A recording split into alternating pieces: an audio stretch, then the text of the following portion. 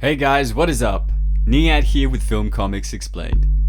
It's time to get back into our run on Predator vs Dredd vs Alien. This is such an awesome crossover, and is the reason why I love Dark Horse Comics so much. When we left, the judges had travelled hundreds of miles away from Megacity 1 in pursuit of a chaotic robot. Their chase has led them into dangerous swamplands, owned by a mad scientist and his half-human animal hybrids. What we also saw is that the scientist had captured a predator and was in the process of attaching a facehugger onto him. We begin with a prologue set 5 years earlier within Megacity 1. Judge Dredd is responding to an awful crime. Someone claiming to be with the Department of Disease Eradication had injected all of the orphan children with what he claimed was a mandatory vaccination against radpox. What the nurse tells Dredd is that it was actually some sort of DNA fuser. She says that he has now taken one of the children hostage and claims he's going to kill it. He's also threatened to kill everyone within Megacity 1. Dredd asks if he gave her a name and she tells him his name is Dr. Niels Limestone. We arrive at the swamplands where the predators are looking at tracks. We are told that they are experts who deduced that one of their own had been pursued, injured, and captured. What they also saw were unique animal tracks that they did not recognize, along with trails for some sort of land-based vehicle. We're going to be getting a clear juxtapositioning between the judges in pursuit of the Archbishop and the predators who are in pursuit of them. We get to Dredd, who is right behind Archbishop Emoji. He tells him that he is under arrest and that this was his only warning. He asks him to surrender in the name of the law. Emoji responds with emoji language, saying LOL and that they were not going to take him alive. The other judges are also in close pursuit.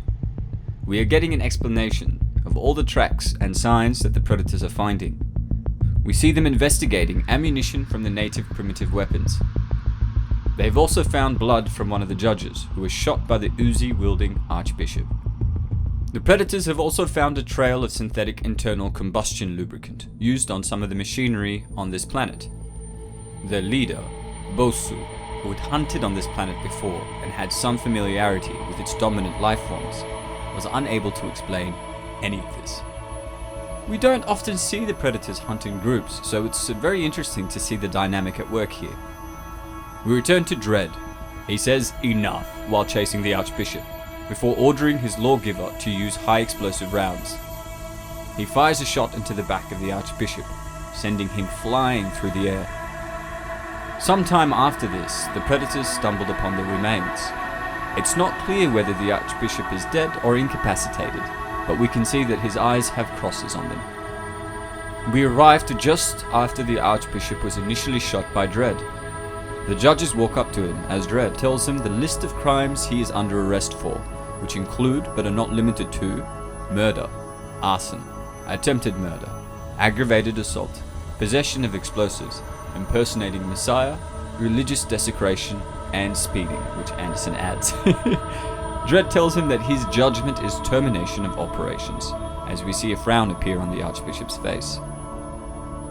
Dredd is about to execute him when Anderson starts receiving a wave of psychic energy.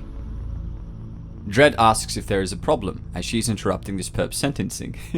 She tells him that there is an issue as she can sense psychic energy coming from every direction. We can see some creatures slowly approaching them in the trees. Anderson tells them that she's pretty sure they are not alone here. Suddenly, we see Reinstadt's abominations jump down and ambush the judges. We are told that there was evidence of a fight here. Reinstadt's animals were able to take the judges out with ease, as we see them carrying a judge on each of their shoulders. The predators have deduced that the judges were taken by the same animals that took their colleague, and so the hunt continued. Bosu points them in the right direction as they continue forward. We are told that to ensure these hunters did not become the hunted, they began to take precautions. We can see them applying their camouflage, but also notice that one of Dr. Reinstadt's animals spotted them doing this. We return to the doctor, who is questioning how his scout lost the predators. He says that his orders were to keep an eye on them, and says that it's not like the four of them could disappear into thin air. The scout replies by saying, Sorry boss, but that's exactly what happened. We arrive at the creator's laboratory, and he is telling his scout Gobi that he is exceedingly disappointed in him for losing the predators. As they walk through the lab, Gobi points out that the judges are starting to wake up as the doctor walks up towards Dredd. He says, "Welcome back, Judge. Back to the living," before stating he is afraid he won't be staying there for long. Dredd looks up at him and says his name. Reinstott corrects him by adding a doctor at the front. We head back to 5 years before, with Dredd approaching Reinstott on the roof of the orphanage. The doc has a gun pointed to one of the kids' heads. As Dredd tells him to let the child go and surrender, Reinstott says that that is not happening, and Dredd may as well proceed to the or else part. Dredd then says that for the charges of kidnapping, child endangerment, and unauthorized genetic manipulation, he is sentenced to death as he executes him on the spot. We're back at the present time in the lab. Dredd tells the doc that he had killed him and can see he is confused. Reinstott explains that he killed a decoy.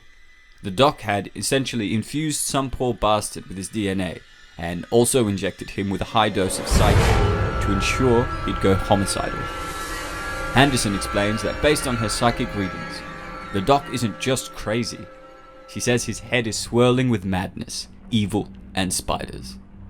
Reinstott reveals that his earliest experiments with the DNA infuser formula utilized DNA from insects and arachnids. That formula was crude and dangerous, which resulted in the creation of Reinstott as he is now. He goes on to say that he has since perfected his formula. He says that he thought his work was finished until true perfection fell out of the sky, as he holds up the xenomorph's head. He says that he is going to demonstrate on Judge McCrary.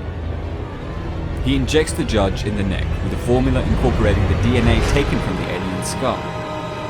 The judge begs him to stop and says that it burns.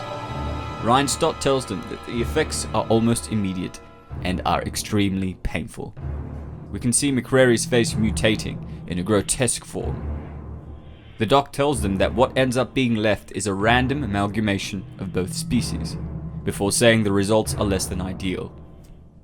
Reinstott then tells them that his entire career has been in search of finding a way to create harmony between disparate sets of DNA, and that the very thing he sought to do tirelessly, this specimen does through its own biology, as we begin to understand his fascination with the xenomorph.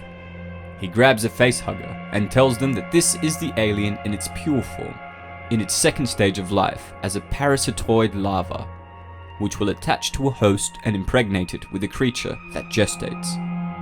He attaches it to one of the other judges' faces as he screams, "No!"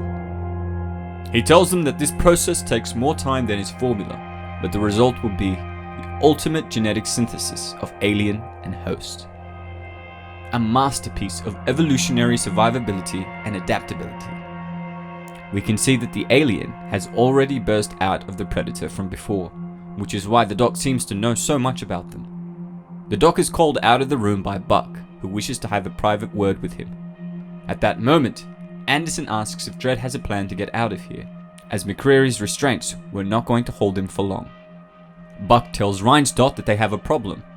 He says that they found the spaceman and that they were outside, guns blazing, putting up a hell of a fight. He says he thinks that they came to get their friend back. We can see the predators tearing up through the mutated animals with ease, and they look so cool while doing it. The doc says that the predators will be in for a surprise, before ordering Gobi to grab the girl. Anderson asks Reinstott what he wants with her, and is shocked when she reads his mind. The doc tells her that she is the next stage in experimentation with this strange and wondrous xenomorphic species. He goes on to say she will make a fine queen. Dredd yells at him and asks what is going to happen to him as McCrary struggles to free himself from his restraints.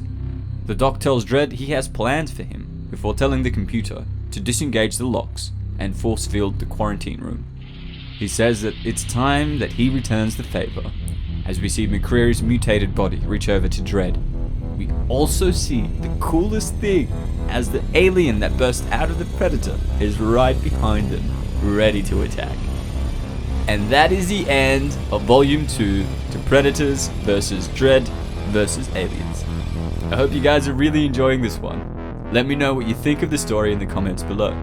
If you enjoyed the video, feel free to like and to subscribe to stay up to date on all my content. I'm Niat with Film Comics Explained.